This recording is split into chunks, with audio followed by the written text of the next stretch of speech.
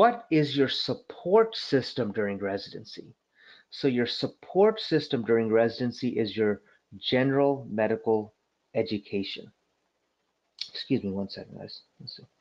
All right, it's general medical education. So basically, this is, okay, there's two spectrums of this, okay? This is basically the group that will help you and support you during residency.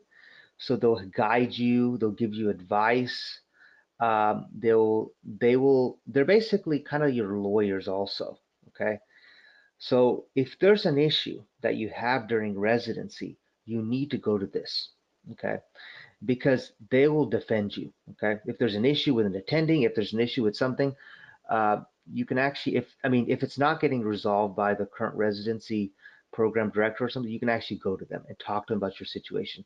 If you get sick, if you need a leave of absence, if you need to take time off for some reason, maybe your wife becomes pregnant, or maybe if you're the lady and you become pregnant, you can talk to your general medical education, and they can figure things out for you. If you need a personal leave, you can talk to general medical education.